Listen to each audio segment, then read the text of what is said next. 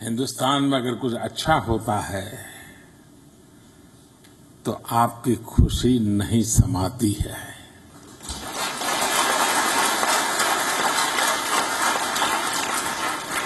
और हिंदुस्तान में अगर कुछ बुरा हो तो सबसे पहले आपकी नींद खराब होती है। ये इसलिए होता है कि आपका दिल हर पल चाहता है कि मेरा देश ऐसा कब बनेगा, मेरा देश आगे ऐसा कब बढ़ेगा। मैं आपको विश्वास दिलाता हूं, जो सपने आपने देखे हैं आपके रहते हुए उन सपनों को पूरा करते हुए देखते जाएंगे।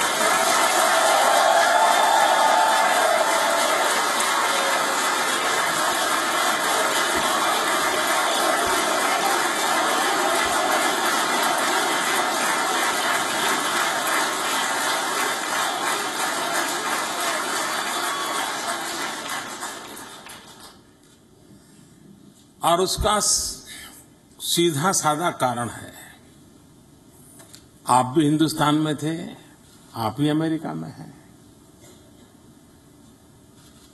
लेकिन आपकी शक्ति, आपका सामर्थ्य, वही हिंदुस्तानी हो आप। लेकिन सानुकूल वातावरण मिलते ही आप इतने फले फूले कि अमेरिका को भी फलने फूलने में आप बहुत बड़े सहायक बन गए।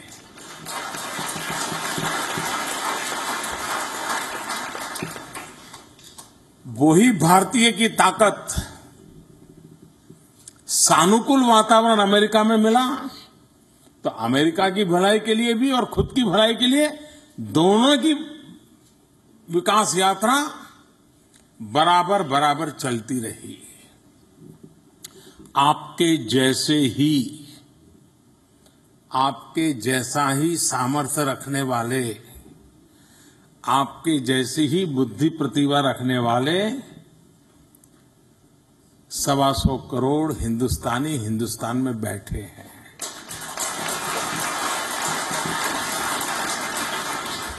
वे भी आप जैसे ही हैं। आपको जैसे यहां सानुकूल माहौल मिला और दुनिया बदल गई, उनको भी अब उनको सानुकूल माहौल मिल रहा है। और वो 125 करोड़ देशवासी कितनी तेज गति से हिंदुस्तान बदल देंगे, ये आप और मैं भली भांति अंदाज लगा सकते हैं।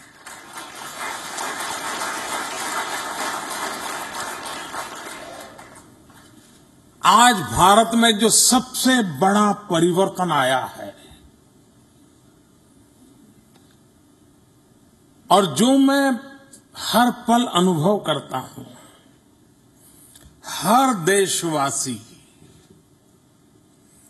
कुछ न कुछ करना चाहता है, कुछ न कुछ कर रहा है, और वह भी मेरा देश आगे बढ़े इस सपने और संकल्प के साथ कर रहा है।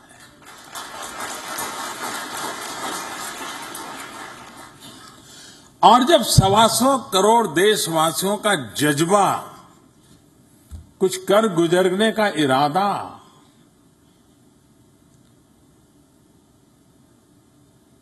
कश्मीर से कन्याकुमारी, अटक से कटक पूरे देश में अनुभव होता हो, तब देशवासियों, मैं आपको विश्वास दिलाता हूं, पिछले कई वर्षों तक जो गति नहीं थी, उससे तेज गति से देश आज आगे बढ़ रहा है।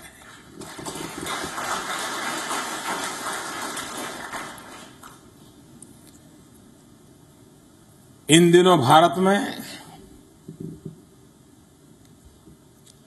जिन विषयों को लेकर के सरकारें हमारे यहां बदनाम भी होती रही और बदलती भी रही,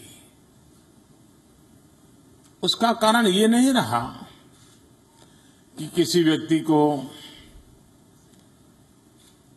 कुछ चाहिए था और मिला नहीं। असंतोष का कारण वो ज्यादा नहीं था। भारत का सामान्य मानवी और जैसे आप लोग हैं, इनहेरेंट संस्कार है संतोष का। ठीक है, चलो भाई, जवान बेटा भी मर जाएगा, बीमारी से मर जाएगा, तो भी माँ बाप आखिर कहेगा चलो भाई, ईश्वर की इच्छा होगी, शायद ईश्वर को प्यारा हो गया। ये मूलभूत हमारी सोचने की प्रकृति है। भारत में सरकारें बदली गई हैं, उसके मूल में एक प्रमुख कारण रहा है भ्रष्टाचार, बेईमानी। देश के सामान्य मानवी को नफरत है।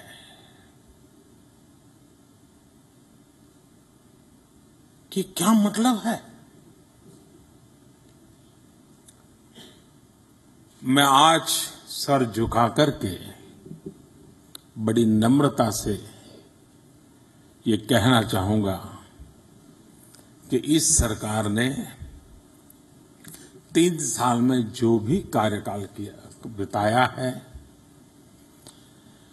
अब तक इस सरकार पर एक भी दाग नहीं लगा है।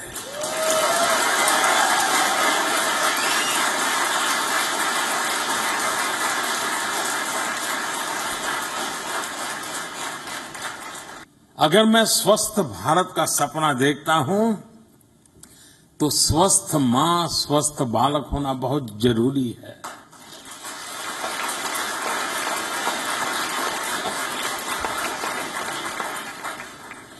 और इसलिए हमने बीड़ा उठाया और लोगों से कहा कि जो 1.25 करोड़ लोगों ने ये गैस सब्सिडी छोड़ी है, वो उन गरीब परिवारों को सिलेंडर हम दे देंगे और ये सब्सिडी गरीब के यहां ट्रांसफर कर देंगे।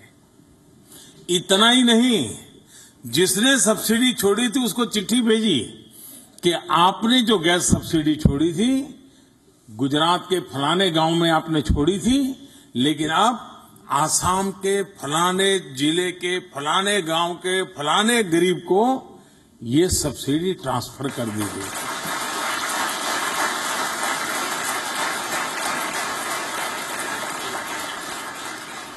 मेहनत पड़ती है, लेकिन ये ट्रांसपेरेंसी एक नया विश्वास पैदा करती है। आप जब हिंदुस्तान में थे तब आपने देखा होगा कि गैस का सिलेंडर पाने के लिए पता नहीं कितने कितने पापड़ बेलने पड़ते थे, नेताओं के घर चक्कर लगाने पड़ते थे कि गैस का कनेक्शन दे दीजिए। हमने बीड़ा उठाया है, आने वाले 3 वर्ष में 5 करोड़ गरीब परिवारों को गैस कनेक्शन देना, उसको लकड़ी के चूल्हे से मुक्त करना। और मुझे खुशी है कि अभी तो इस योजना को 11-12 महीने भी नहीं हुए हैं, अब तक करीब 1 करोड़ से ज्यादा परिवारों में गैस सिलेंडर हमने पहुंचा दिए हैं।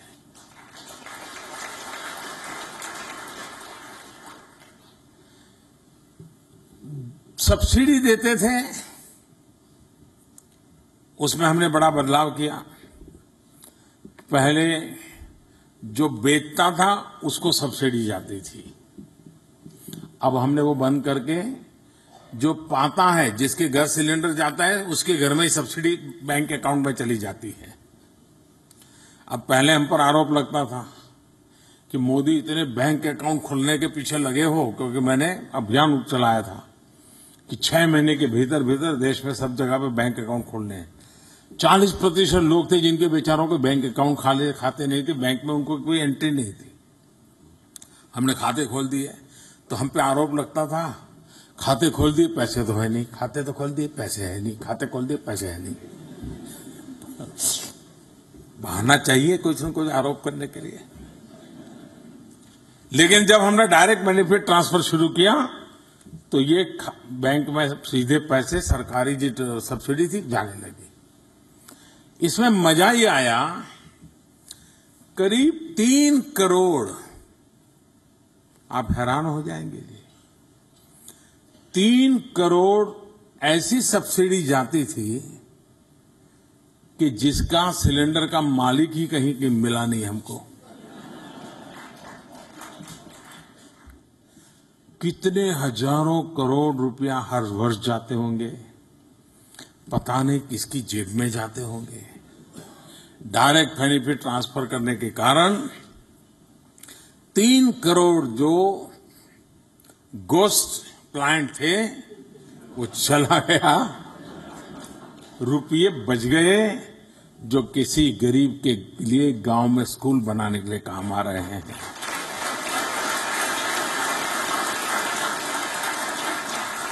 भारत इन दिनों टेक्नोलॉजी के सहारे कई नए अचीवमेंट कर रहा है। स्पेस की दुनिया में भारत ने अपना नाम कमाया है। अभी 2 दिन पहले ही 31 नैनो सैटेलाइट एक साथ लॉन्च किए। पिछले महीने हम लोगों ने वर्ल्ड रिकॉर्ड किया, एक साथ 104 सैटेलाइट लॉन्च किए। दुनिया को अजूबा लगा कि ये भारत की क्या ताकत है कि एक साथ 104 सैटेलाइट लॉन्च कर रहे हैं। पिछले दिनों हिंदुस्तान ने एक सैटेलाइट लॉन्च किया है जिसके वजन की तुलना किलोग्राम में नहीं होती है। इतने हाथी के वजन का बराबर सैटेलाइट को छोड़ा गया, यानी एलिफेंट के वेट के साथ हमारे सैटेलाइट के वेट की तुलना हो रही है। कहने का तात्पर्य यह है कि देश आधुनिक भारत के सपनों को पूरा करने के लिए एक technology driven governance, technology driven society, technology driven development, इन सारी बातों पर एक नए सिरे से बल दिया जा रहा है और उसके सुखद परिणाम आज बहुत तेज गति से नजर आ रहे हैं। हमारे देश में ऐसा नहीं है कि कुछ काम होते नहीं थे, काम तो होते थे। आखिर सरकारें बनती हैं कुछ न कुछ करने के लिए, और कोई सरकार नहीं चाहती है कि वो अपने कार्यकाल को खराब करके जाए और चुनाव हार जाए, कोई नहीं चाहते हैं। लेकिन काम होना वो एक बात है, लेकिन देश की आवश्यकता अपेक्षाओं के अनुरूप तेज गति से सही दिशा में परिणामकारी काम होना, उसमें बहुत बड़ा फर्क होता है।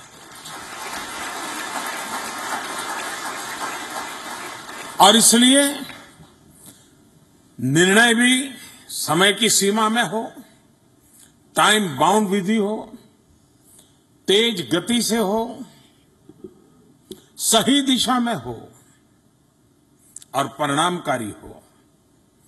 इन चीजों को लेकर के आज देश किसी भी पैरामीटर में देख लिया जाए,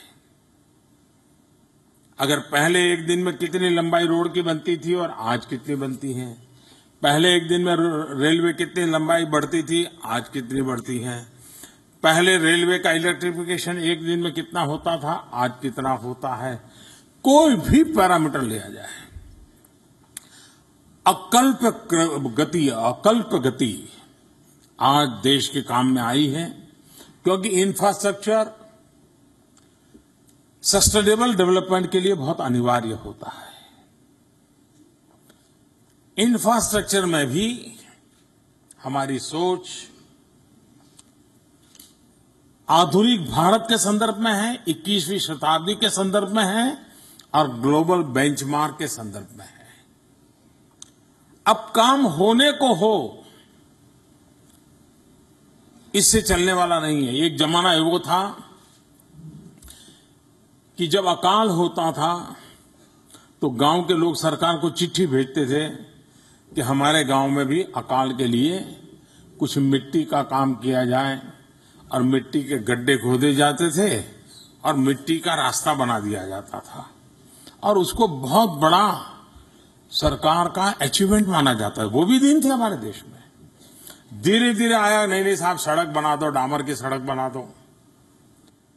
धीरे धीरे आ गया, नहीं जरा डबल लेन बना दो। आज मांग उठी है पेवर रोड चाहिए, उससे नीचे कोई चाहिए नहीं। ये एस्पिरेशन जो बढ़ रहा है देश का, ये भारत के विकास की सबसे बड़ी ताकत है। जब देश के सामान्य मानवी का एस्पिरेशंस बढ़ता है, तो वो एस्पिरेशंस को अगर प्रॉपर लीडरशिप मिल जाए, प्रॉपर गवर्नेंस मिल जाए, पॉलिसी मिल जाए, तो एस्पिरेशन अपने आप में अचीवमेंट बन जाता है।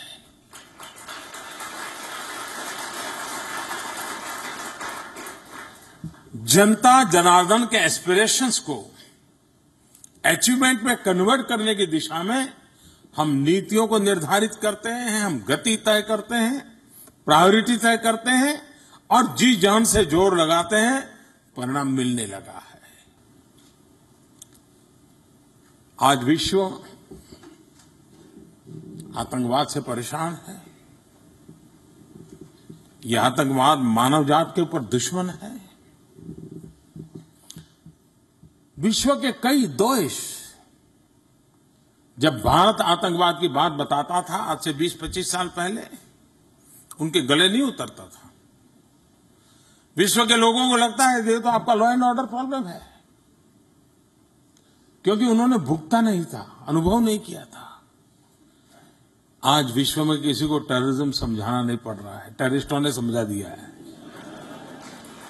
हम समझाते थे, समझ नहीं आता था, टेररिस्टों ने समझा दिया है। लेकिन जब हिंदुस्तान सर्जिकल स्ट्राइक करता है, तब दुनिया को ताकत का अनुभव होता है कि भारत संयम रखता है, लेकिन जरूरत पड़े तो भारत अपने सामर्थ्य का परिचय भी देता है।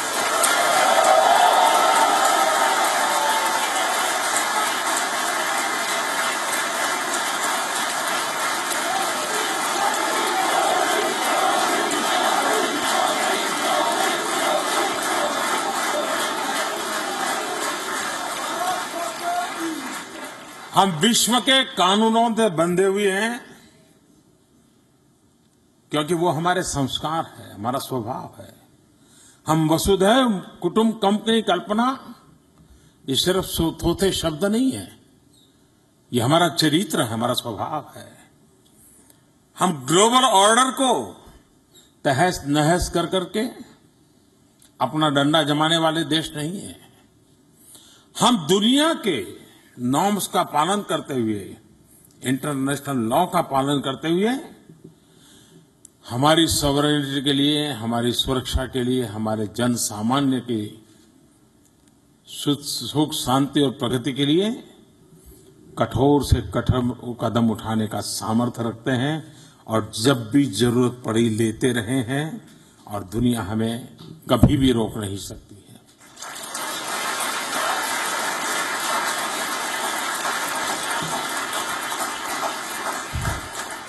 सर्जिकल स्ट्राइक एक ऐसी घटना थी, अगर दुनिया चाहती तो भारत के बाल नोच लेती, हमें कटघरे में खड़ी कर देती। विश्व हमारा जवाब मांगता, दुनिया में हमारी आलोचना होती। लेकिन पहली बार आप सबने अनुभव किया होगा, भारत के सर्जिकल स्ट्राइक के इतने बड़े कदम को विश्व में से किसी ने भी एक सवाल नहीं उठाया।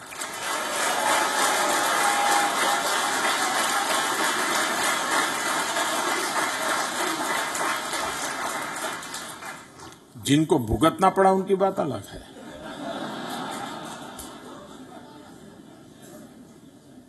और इसलिए कि हम दुनिया को समझाने में सफल हुए हैं कि आतंकवाद का वो कौन सा रूप है जो भारत के सामान्य जीवन को तबाह कर रहा है, हम विश्व को समझाने में सफल हुए हैं। 21वीं सदी का हिंदुस्तान बनाने की दिशा में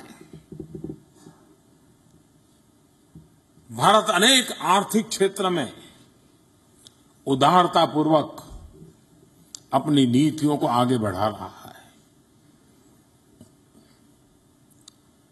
देश सिर्फ रुपयों से ही आगे बढ़ता है ऐसा नहीं है। उसकी सबसे बड़ी ताकत होती है उसका ह्यूमन रिसोर्स। उसकी सबसे बड़ी ताकत होती है उसकी प्राकृतिक संपदा। जिस देश के पास 800 मिलियन 35 साल से कम उम्र के नौजवान हो, जो देश जवान हो, उसके सपने भी जवान होते हैं, उसका सामर्थ्य में भी जवानी होती है।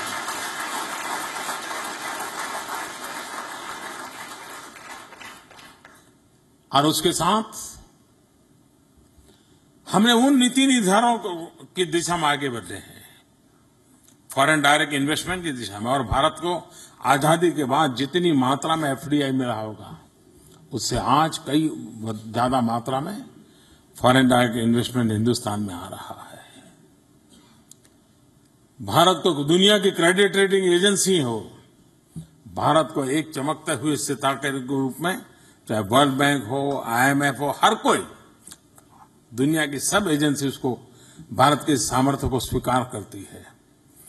विश्व भी भारत को अपना एक इन्वेस्टमेंट डेस्टिनेशन के रूप में टॉप पर देख रहा है। तो ये स्थिति का निर्माण हुआ है। लेकिन इन सब के साथ भी इनोवेशन, टेक्नोलॉजी, टैलेंट, इसकी अहमियत बहुत होती है। विश्व में फैले हुए भारतीय समुदाय के पास ये सामर्थ्य है, उसे एक्सपोजर मिला हुआ है, उसने कुछ न कुछ अपने जीवन में हासिल भी किया है। ये भारत का बुद्धि धन, भारत का ये अनुभव धन जो आज विश्व में फैला हुआ है, मैं उनको भी निमंत्रित देता हूं कि आपके पास जो सामर्थ्य है, जो अनुभव है, उसको अगर आपको लगता है कहीं हिंदुस्तान में काम आ सकता है, जिस देश ने आपको बड़ा बनाया, उस मिट्टी के कर्ज चुकाने की दिशा में अगर आपको लगता है, तो शायद इससे उत्तम अवसर कभी नहीं आएगा।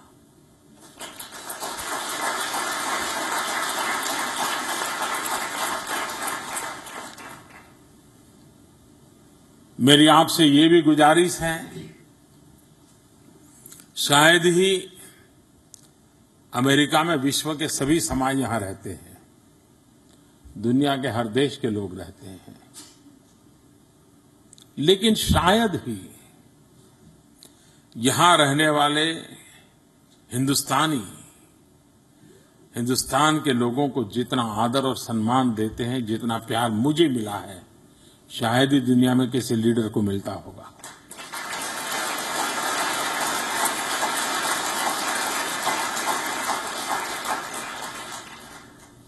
लेकिन कभी कभी लगता है कि इस पीढ़ी के बाद क्या,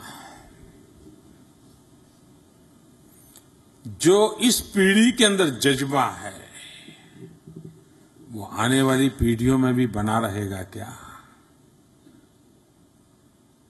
और उसके लिए भारत के साथ आपका ब्रिज बना रहना बहुत जरूरी है। आपकी नई पीढ़ी भारत से जुड़ी रहे, इसके लिए आपका निरंतर प्रयास होना बहुत आवश्यक है। जिन जिन राज्यों से आप आते हैं, हर राज्य ने इन दिनों अपने यहां प्रवासी भारतीय लोगों के लिए कोई न कोई डिपार्टमेंट बनाए हुए हैं। भारत सरकार ने भी दिल्ली में एक अच्छा प्रवासी भारतीय भवन बनाया अभी, और मैं तो चाहूंगा जब आए तो जरूर उसे देखें। उसमें रहने की व्यवस्था भी है, वो सुविधाएं आप ही के लिए हैं। आपने देखा होगा, मुझे इन दिनों इवन मैं भी सार्वजनिक जीवन में होने के बावजूद भी विदेश मंत्रालय यानी कोट पैंट टाई पहनना, बड़े बड़े लोगों से हाथ मिलाना, दुनिया में सफर करना, सामान्य मानवीय के नाते वही छवि थी। 3 साल में आपने देखा होगा कि भारत के विदेश मंत्रालय ने मानवता की दृष्टि से नई ऊंचाइयों को प्राप्त किया है।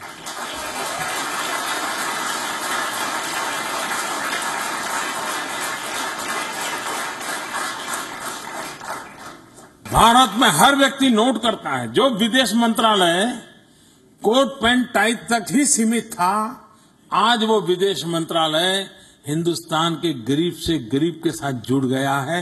ये पहली बार देश में हुआ है। विदेश मंत्रालय रात को 2 बजे भी किसी पीड़ित ने दुनिया के किसी देश में ट्वीट किया हो, 15 मिनट में सुषमा जी का ट्वीट पे जवाब जाता है।